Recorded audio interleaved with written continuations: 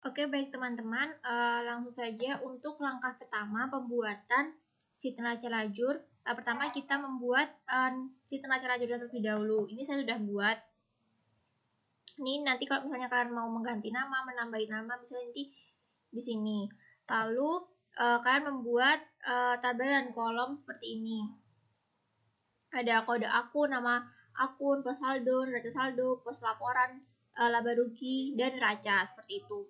Nah, untuk pengisian kode akun itu tuh kan kode akunnya banyak sekali, nggak mungkin kita isi secara manual. Nah, di tahap-tahap sebelumnya, di video sebelumnya kalian bisa cek itu ada langkah-langkah pembuatan akun. Nah, di situ udah ada nomor akunnya. Jadi kita tidak perlu menulis kembali di sini. Nah, ini cukup dengan rumus. Ini kita masukkan fungsi di sini sama dengan ini kita klik sheet akun.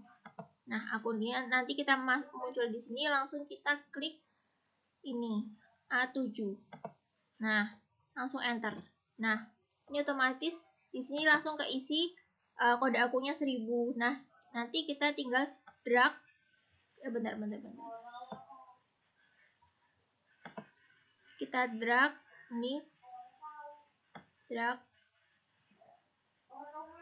bawah. Nah, seperti ini. Nanti otomatis keisi semua. Lalu untuk nama akunnya kita masukkan fungsi ini pakai fungsi VLOOKUP. Nih VLOOKUP. Nah, VLOOKUP value-nya kita ini isi A7, lalu table arrange ini daf underscore apps. Bentar, maaf. Kita ulang ya. fx ini kita VLOOKUP ini. Nah, ini kita klik A7. Lalu ini daf underscore akun. Lalu ini 2, ini kita false. Nah, kalau misalnya fungsi yang kita masukkan itu benar, pasti langsung ini keluar aset seperti itu. Nah, tapi kalau misalnya salah, nanti bisa muncul error atau tidak keluar seperti itu. Nah, ini udah keluar aset, kita tinggal drag ke bawah.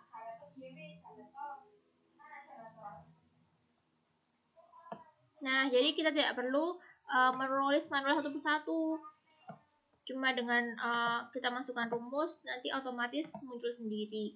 Nah, ini tahapan proses pembuatan kode akun dan nama akun. Nah, selanjutnya untuk tahap-tahap selanjutnya akan dilanjutkan oleh rekan saya. Terima kasih. Halo, aku Wulan Sari.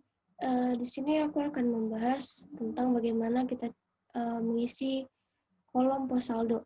Nah, untuk mengisi kolom pos saldo ini, kita akan menggunakan rumus VLOOKUP.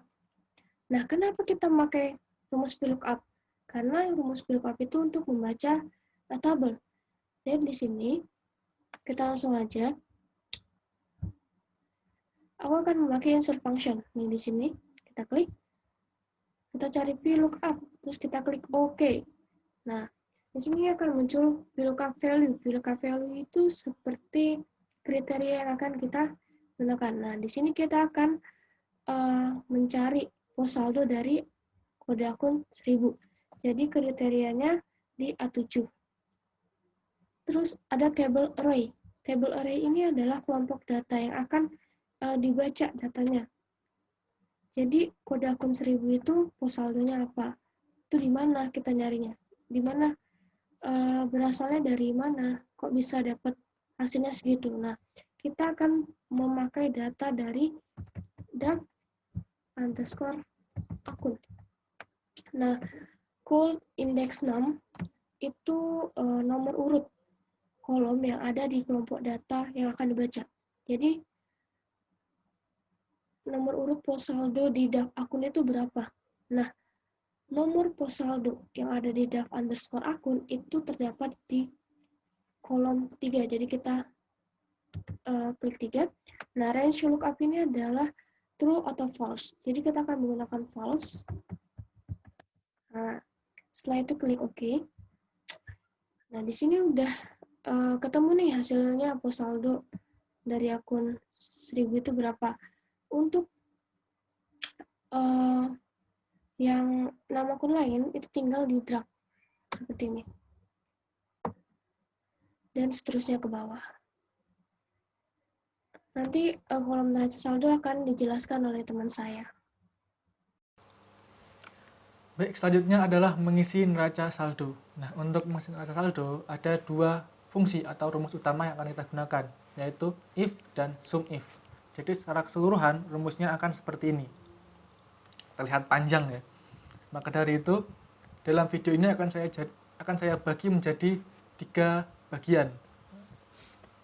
Nah, lanjut kita ke praktiknya saja. Nah, sebelum mengisi neraca saldo di neraca lajur, pastikan dulu kalian mencatat dengan benar di jurnal umum dan jurnal-jurnal lainnya. Nah, jadi langkah pertama adalah langkah atau bagian pertama memasukkan fungsi if. Insert function, if, oke. Logical test-nya arahkan ke pos saldo paling atas sama dengan titik 2 db. Nah, db di sini berarti debit, sementara KR adalah kredit. Di sini ya. Value F3-nya kalian isi SUMIF, kurung buka, kemudian arahkan ke daftar akun. Nah, ini kalian pilih kode akun. Jadi, kalau di sini adalah AB, AC, dan lainnya, dan ganti menjadi AA. Dan titik koma atau titik 2 itu tergantung settingan kalian. Kembali ke neraca lajur, kode akun pertama, titik 2 lagi, titik 2 atau titik koma, kemudian daftar akun. Nah, di sini kalian pilih F karena kita akan mengisi saldo debit. Jangan lupa di kurung tutup. Value if else-nya diisi 0. Oke. Tarik ke bawah. Nah, di bagian pertama atau tahap pertama di sini berfungsi untuk memindahkan saldo dari neraca awal ke neraca saldo di bagian neraca lajur. Oke. Kemudian lanjut ke tahap kedua. Tahap kedua berfungsi untuk memasukkan transaksi debit dari jurnal umum. Nah, caranya adalah di bagian belakang sini kalian tulis plus. Kenapa? Karena debit dan debit itu akan bertambah. Dan kalian masukkan insert function SUMIF. Oke. Nah, karena transaksi ada di jurnal umum, maka range-nya kita arahkan ke jurnal umum. Dan di sini cari ke kode akunnya yaitu I. Kode akun ada di I, jadi kalian pilih I. Kemudian kriteria kalian sama seperti yang tadi, yaitu kode akun pertama. Ini neraca lajur, kode akun pertama. Dan sum range-nya kalian kembali ke jurnal umum. Kalian pilih debit yaitu kolom M. Nah, seperti ini penampakannya. Kalian pilih OK. Tekan tarik bawah. Nah, di sini saldo pertama dan jurnal atau transaksi debit sudah dijumlahkan. Selanjutnya adalah, dalam transaksi kan tidak hanya ada transaksi debit, tapi juga ada transaksi kredit. Nah, maka dari itu, di bagian ketiga itu berguna untuk memasukkan transaksi kredit. Maka di sini kalian tulis dengan min. Kenapa? Karena debit dan kredit itu mengurangi. Dan untuk insert fungsinya masih sama seperti yang tadi, tidak jauh berbeda, yaitu SUMIF. Range-nya jurnal umum I. Kriterianya di neraca lajur A7. Sum range-nya itu kalian pilih yang kredit, yaitu N. Karena kita masukkan kredit kan. Jadi oke. Nah, kalian tarik ke bawah. Nah, di sini antara saldo awal dan transaksi sudah dimasukkan secara penuh. Nah, untuk menyempurnakannya, ini ada 3 variabel, titik koma, 0, dan tanda kurung. Ini kalian pindah ke bawah, ke sini. Kenapa? Karena pada awalnya memang rumus ini kan rumus if, yang kemudian digabung dengan SUMIF. Nah, itu alasan pertama. Yang kedua adalah menghindari double counting. Jika tidak kalian pindah, nanti akan ada terjadi double counting antara debit dan kredit. Jadi kalian blok, bisa kalian di cut Ctrl X, di sini bawah Ctrl V, enter, kalian tarik ke bawah terus. Nah, sudah ketemu hasilnya dan debit sudah selesai. Sekarang kita ke kredit. Di bagian kredit tidak jauh berbeda dengan debit. Yang diganti hanyalah bagian DB sini kita ganti dengan KR, kemudian F ini kita ganti dengan G, dan tanda plus ini kita ganti dengan min, dan yang min kita ganti dengan plus. Hanya menukar tempat saja. Nah, yuk praktikan. Yang pertama adalah if logical testnya daftar akun. Logical testnya itu ada di C7 ini yang sama dengan 2KR. Nah, karena kita jadinya kredit ya, jadi masukkan KR. Lalu if true-nya kita kasih sum if kurung buka daftar akun, ini sama, di sini kita isi AA, titik koma, kembali ke neraca paling awal, titik koma lagi. Nah, di sini daftar akun ini kita masukkan yang G.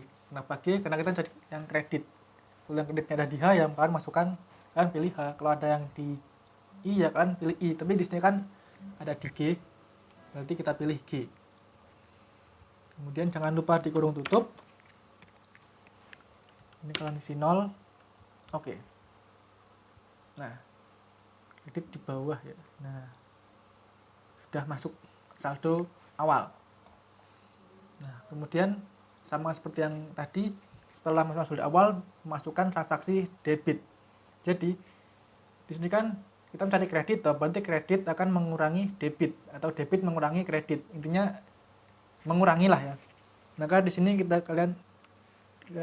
kita isi min. Jadi fx sum if. Nah, range-nya masih sama persis bisa dibilang.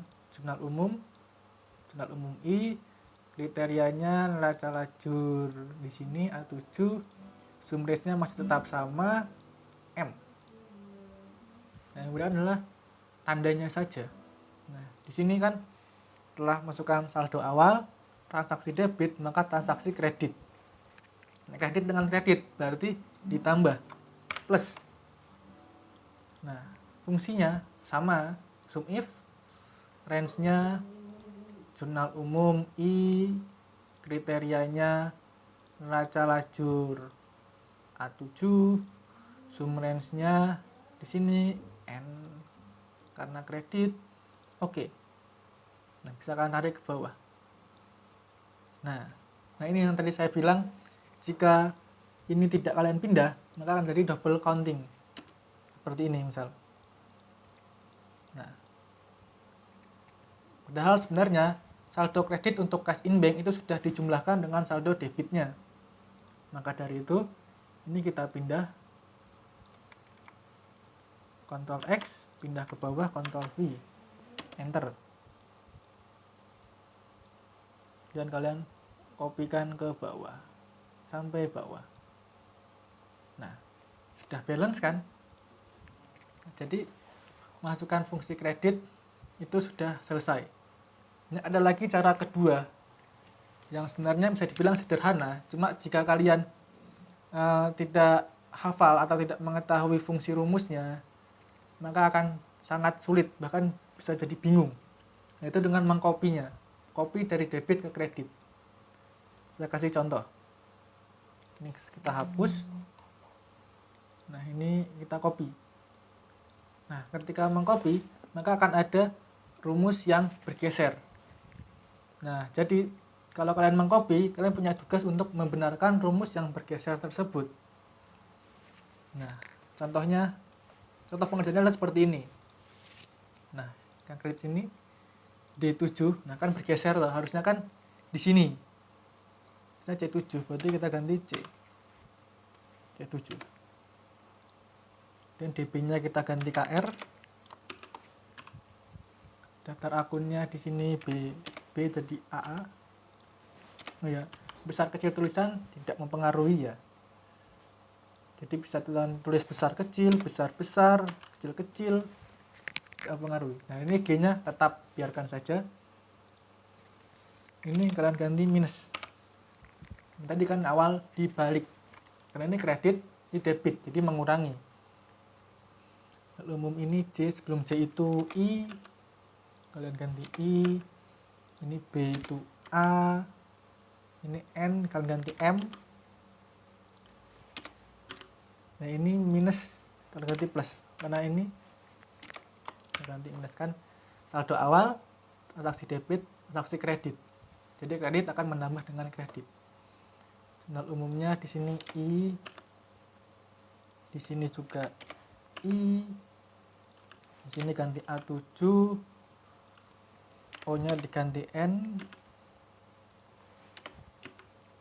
enter, tarik ke bawah lagi, hasilnya tetap sama atau tetap balance.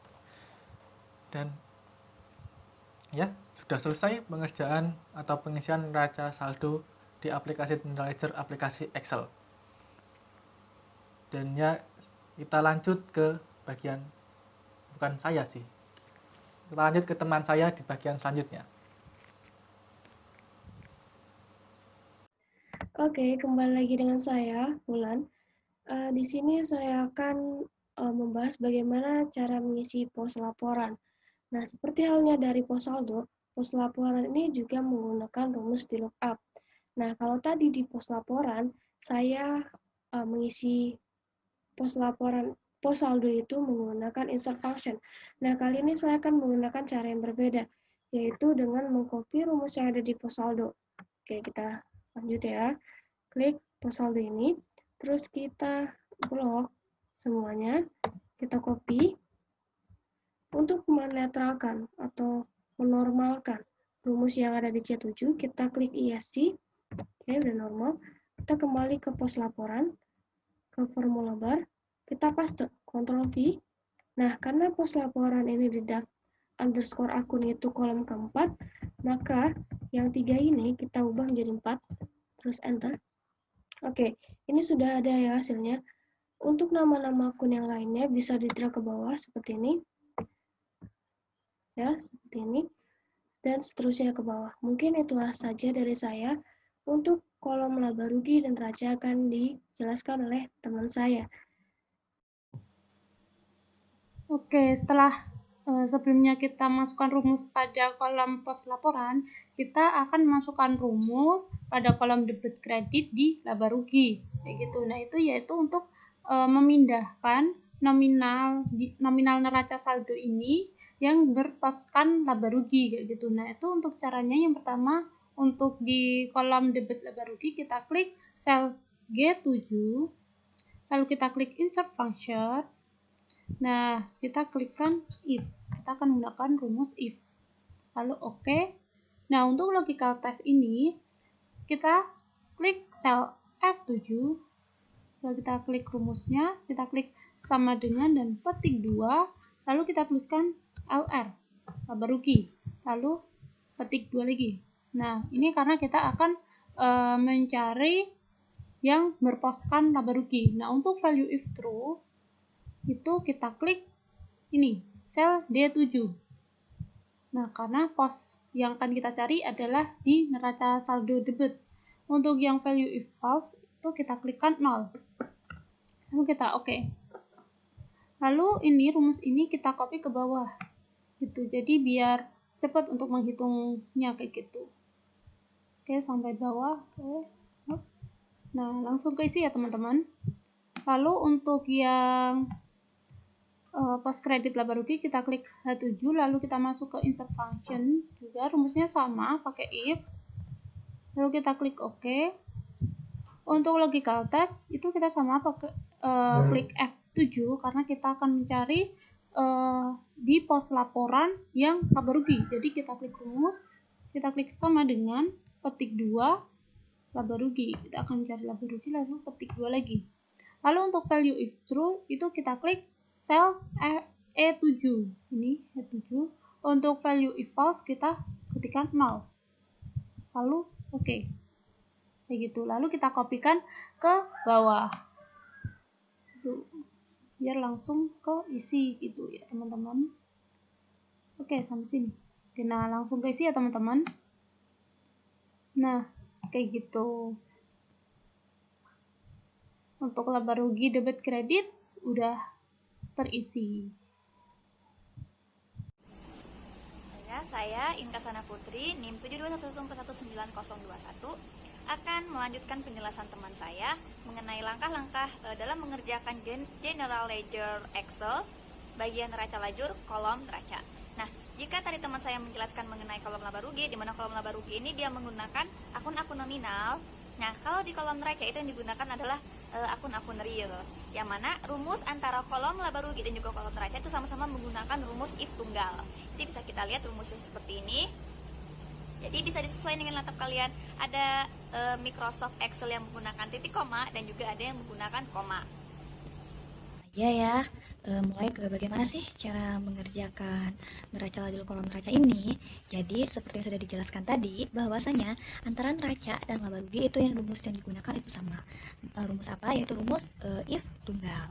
Jadi dalam menuliskan rumus if tunggal ini, kita bisa menuliskannya langsung di sel, di formula bar maupun di insert function. Tetapi alangkah baiknya atau lebih disarankan itu menggunakan insert function. Kenapa?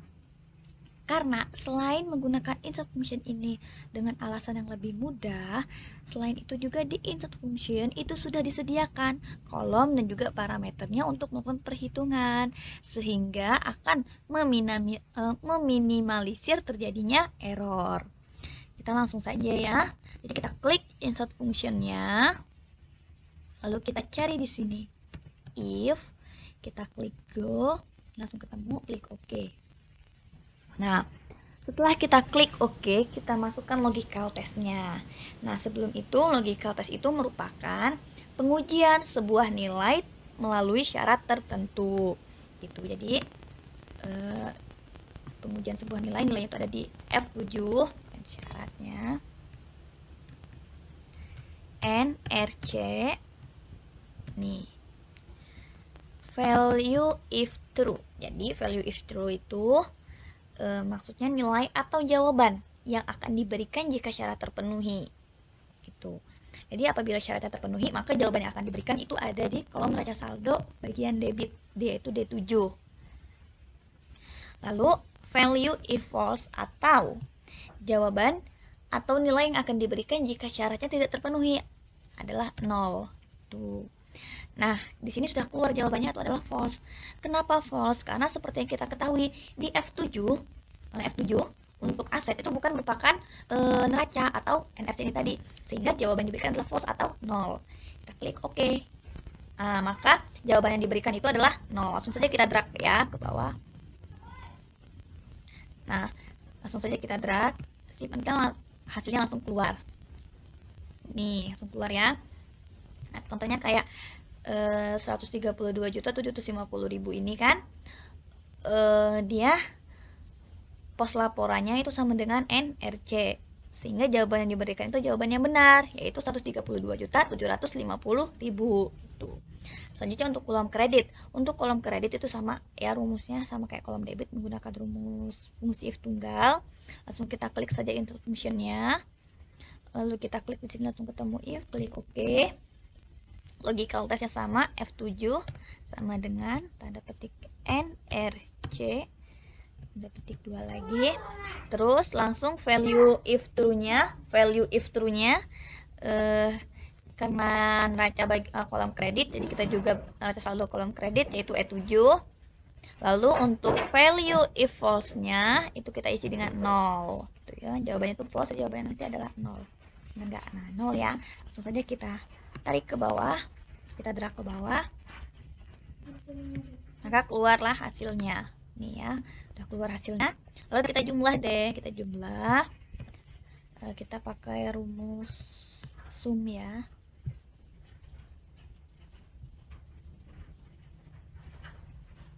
Karena yang kita butuhkan cuma number bulan aja, Jadi langsung saja itu I7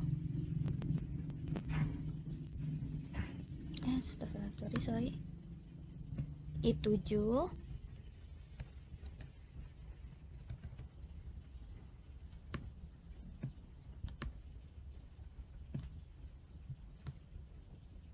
klik oke.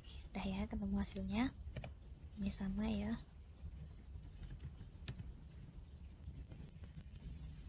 Ini saja.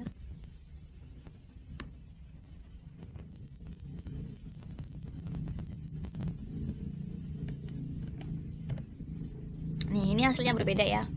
Hasilnya berbeda karena kita belum menambahkan laba bersihnya. Jadi di sini kita langsung buat selisih antara kredit dan juga debit.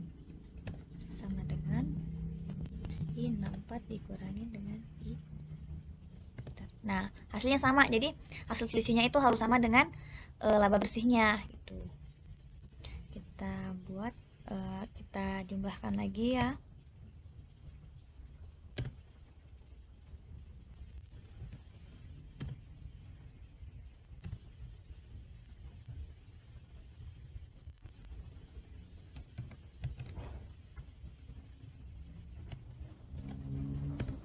Nah, maka ketemulah hasilnya balance.